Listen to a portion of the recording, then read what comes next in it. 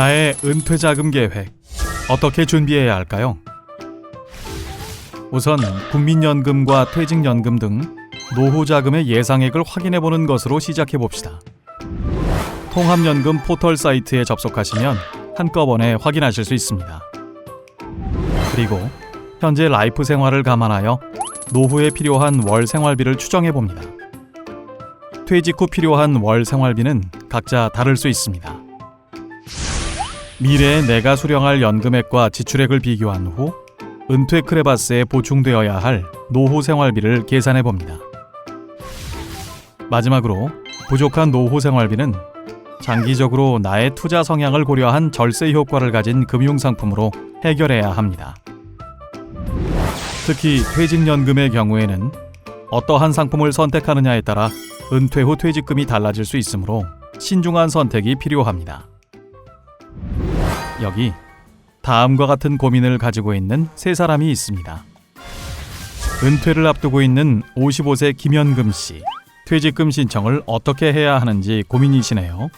그리고 퇴직금에 대한 세금도 얼마나 드는지 궁금한 상황입니다. 올해 둘째가 태어난 40세 남일애 씨. 좀 더 큰 집으로 이사 가고 싶은데 너무 오른 집값은 너무 부담스러워 대출은 엄두가 나지 않습니다. 목돈 마련에 고민 중인 남일애 씨는 퇴직연금에서 중도 인출이 가능하다는 이야기를 들었는데요. 주택 구매를 할 때에도 가능할까요? 투자에 관심이 많은 35세 박투자 씨. 방금 퇴직연금으로 ETF 상품을 살 수 있다는 뉴스를 보고는 이거다 하는 생각이 머리를 스칩니다.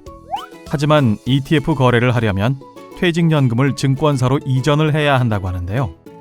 어떻게 이전을 해야 하는지 영 감이 오지를 않습니다. 김연금 씨, 남일애 씨, 박투자 씨. 세 사람의 고민을 퇴직연금 제도에서 해결할 수 있는 방법 없을까요? 다음 내용을 통해 그 해답을 알아보도록 하겠습니다.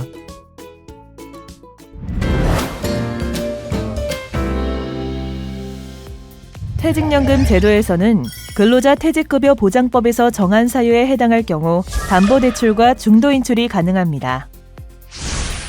담보대출과 중도인출의 사유에는 무주택자의 주택구입, 무주택자 주거 목적으로 인한 전세금 및 임차보증금 발생, 본인 및 배우자 등 부양가족의 6개월 이상 요양 사유로 부담한 의료비가 연간 임금 총액의 12.5% 초과하는 경우, 최근 5년 이내 파산 또는 개인회생 대상인 경우, 재난으로 피해를 입은 경우에 가능합니다. 이외에도 담보대출의 경우 부양가족의 대학 등록금, 혼례비, 장례비 발생 시 추가적으로 가능합니다. 또한 확정급여형 퇴직연금, 확정기여형 퇴직연금, 개인형 퇴직연금 제도에서 담보대출은 적립금의 50%까지 가능하며 중도인출은 DC, IRP 제도에서만 허용되는데 적립금 100%까지 중도인출이 가능합니다. 퇴직연금 가입자는 퇴직 시 퇴직급여를 개인형 퇴직연금으로 수령해야 하는데요. 이때 원하는 금융기관에서 개인형 퇴직연금, IRP 계좌를 개설해야 합니다. IRP 개설은 취업자, 자영업자, 직역연금 가입자 등 소득이 있는 개인이면 누구나 가입이 가능합니다. 이렇게 개설된 개인형 퇴직연금 통장 사본 또는 가입 확인서를 회사에 제출하면 됩니다. 근로자는 퇴직 시에 IRP 계좌를 회사에 제출하고 퇴직 신청을 해야 합니다. 회사는 최종적으로 퇴직자의 퇴직급여를 계산한 후 퇴직연금 사업자에게 퇴직급여를 청구하면 퇴직연금 사업자는 청구 서류를 확인한 후 IRP 계좌로 세전 퇴직급여를 전액 입금 처리합니다. 퇴직급여를 반드시 IRP로 수령하지 않아도 되는 경우, 즉 의무 이전 예외 사유가 있는데요. 만 55세 이후 퇴직하는 경우나 퇴직급여액이 300만 원 이하의 경우, 그리고 근로자 퇴직급여 보장법에 의한 담보대출을 상환하기 위한 경우 등이 여기에 해당되며 일시금 수령이 가능합니다. 만약 사용자의 도산 혹은 폐업의 사유로 근로자가 회사에 퇴직급여를 청구할 수 없는 미청구 적립금이 발생했다면 퇴직연금 제도에 가입한 근로자가 퇴직 후 퇴직급여를 지급받아야 하지만 사업장의 폐업이나 도산 등의 사유로 아직 찾아가지 못한 적립금을 미청구 적립금이라고 합니다. 미청구 적립금이 있는 경우 근로자가 퇴직연금 사업자에 직접 퇴직급여를 청구할 수 있습니다. 근로자가 필요한 서류를 퇴직연금 사업자에 제출하고 퇴직급여 지급을 청구할 수 있는데요. 퇴직연금 사업자는 청구 서류를 확인한 후 IRP 계좌로 입금 처리합니다. 근로자가 퇴직급여를 직접 청구하기 위해서는 건강보험 자격득실 확인서나 고용보험 피보험 자격 이력 내역서 중 하나를 퇴직연금 사업자에게 제출해야 합니다. 그리고 확정급여형의 경우에는 당사 IRP로만 이전이 가능하고 확정기여형의 경우에는 당사와 타사 IRP 모두 이전이 가능합니다. 하지만 계속 근로기간이 1년 미만인 가입자는 퇴직급여를 청구할 수 없으며 적립금은 사용자에게 귀속됩니다. 나의 연금 가입 현황은 금융감독원 홈페이지 통합연금 포털을 통해 확인이 가능하며 미청구 퇴직급여를 보유한 고객은 금융결제원 어카운트 인포 홈페이지 또는 모바일 앱을 통해 확인 가능합니다. 어카운트 인포 홈페이지 또는 모바일 앱을 통해 미청구 퇴직연금 정보를 확인한 후 해당 금융기관에 가까운 영업점을 내점하여 연금을 수령할 수 있습니다. 모바일 앱에서도 신청이 가능한데요.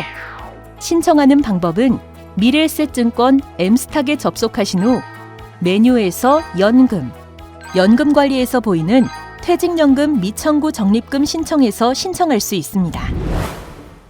그렇다면 퇴직급여에 대한 세금은 과연 어떻게 되는 것일까요? 퇴직금을 연금으로 받을 때와 일시금으로 받을 때 세금이 다르다고 하는데 퇴직연금 과세 체계에 대해 보다 자세히 알아보도록 하겠습니다.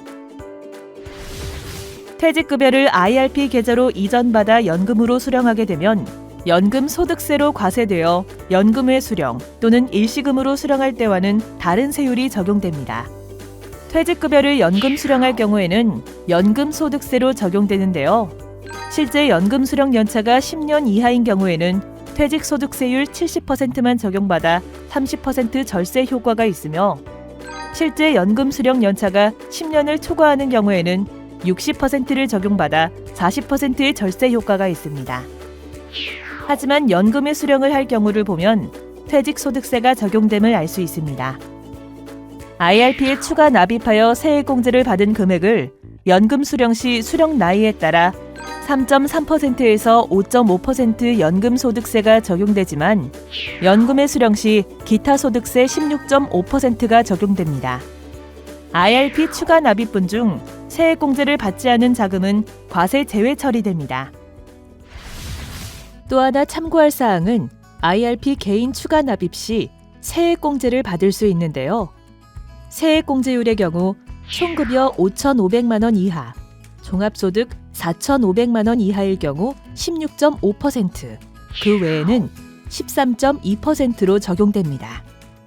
세액공제 한도는 연금저축 단독으로는 600만 원, IRP와 합산하면 900만 원까지 세액공제가 가능합니다. 또한 소득에 관계없이 ISA 개인 종합자산관리 계좌의 만기 금액을 만기로부터 60일 이내 전액 또는 일부를 연금 계좌로 전환 시 전환 금액의 10%, 300만 원 한도까지 세액공제가 가능합니다. 다음으로 퇴직연금 계약 이전 제도에 대해 살펴보도록 하겠습니다. 내가 가입한 퇴직연금, 다른 회사로 이전이 가능할까요? 알아두면 도움되는 퇴직연금 계약 이전 제도, 자세히 한번 알아보도록 하겠습니다. 먼저 DB/DC 계약 이전 제도는 기존의 퇴직연금 사업자를 변경하여 퇴직연금 계약을 타 사업자로 이전하는 것을 의미합니다. DB/DC 제도의 계약 이전을 위해서는 먼저 노사 협의를 통하여 규약 변경을 진행해야 되는데 규약 변경을 위해서는 근로자 대표의 동의 또는 의견 청취가 필요합니다. 고용노동부에 퇴직연금 사업자 변경에 관한 규약 변경을 신고하여 수리가 되면 새로운 운용 자산관리기관과 계약을 체결하고 기존 퇴직연금 사업자의 계약 이전을 신청합니다. 새로 도입된 신규 퇴직연금 사업자에서는 계약 정보 및 적립금을 이전받아 상품을 운영하게 됩니다. 개인형 퇴직연금 IRP도 가입자가 원하는 경우 소득세법에 따라 세제상 불이익 없이 타 금융기관으로 자유롭게 변경이 가능합니다. 현재 보유하고 있는 IRP를 타 금융기관으로 이전하기 위해서는 먼저 이전하고 싶은 기관에 신규 IRP를 개설하고 이전 신청을 해야 합니다. 당사는 내점, 홈페이지, 앱을 통해 이전 신청이 가능합니다. 이전 신청을 받은 기존 IRP 금융기관은 상품을 매도하여 요청하는 신규 IRP 금융기관으로 계약 정보 및 적립금을 이전 처리합니다. 또한 개인형 퇴직연금 IRP는 퇴직 개인연금 간 연계를 통하여 소득세법에 따라 다른 연금 계좌로 이체할 수도 있습니다. 이렇게 이체를 할 때에는 이체 가능한 대상이 있는데요. 만 55세 이상이거나 연금 계좌의 가입일로부터 5년이 경과해야 가능합니다. 단, 이체하는 연금 계좌에 이연 퇴직 소득이 있는 경우 5년 미경과 시에도 가능합니다. 우선 가입자는 이전할 기관에 새로운 IRP나 연금저축 계좌를 개설한 후 기존 또는 신규로 이용할 금융기관으로 이전 신청을 해야 합니다. 내점을 하거나 홈페이지나 앱을 통해 신청할 수 있습니다. 신청 후 이전 기관과 수강 기관의 업무 처리를 통해 수강 계좌로 입금이 됩니다. 2024년 10월 31일부터 퇴직연금 실물 이전 제도가 시행되었는데요. 퇴직연금 실물 이전이란 퇴직연금 가입자의 요청에 따라 기존 운용 중인 상품을 매도하지 않고 운용 상품 그대로 퇴직연금 운용기관을 변경할 수 있는 제도입니다. 실물 이전 시행 전에는 금융기관을 변경할 때 운용 중인 상품을 모두 매도 후 현금으로 이전해야 했지만 실물 이전이 시행됨에 따라 정기예금, 펀드, ETF 등 운용 중인 상품을 그대로 이전할 수 있게 되어 중도 해지에 따른 손실 방지 및 퇴직연금 수익률 개선을 기대할 수 있습니다. 퇴직연금 실물 이전 프로세스는 다음과 같습니다. 사업자 변경을 원하는 가입자는 이전할 기관에 계좌 개설을 한 후 이전 신청서를 접수하면 현재 가입 중인 퇴직연금 사업자가 가입자에게 실물 이전 가능 상품 목록 등 유의사항을 안내하고 이전 여부에 대한 최종 의사 확인 절차를 진행합니다. 가입자의 의사가 확인된 경우 실물 이전을 진행하고 이전 결과를 가입자에게 통보합니다. 실물 이전은 동일한 유형의 퇴직연금 제도 간 퇴직연금 사업자를 변경하는 경우에 한하여 가능합니다.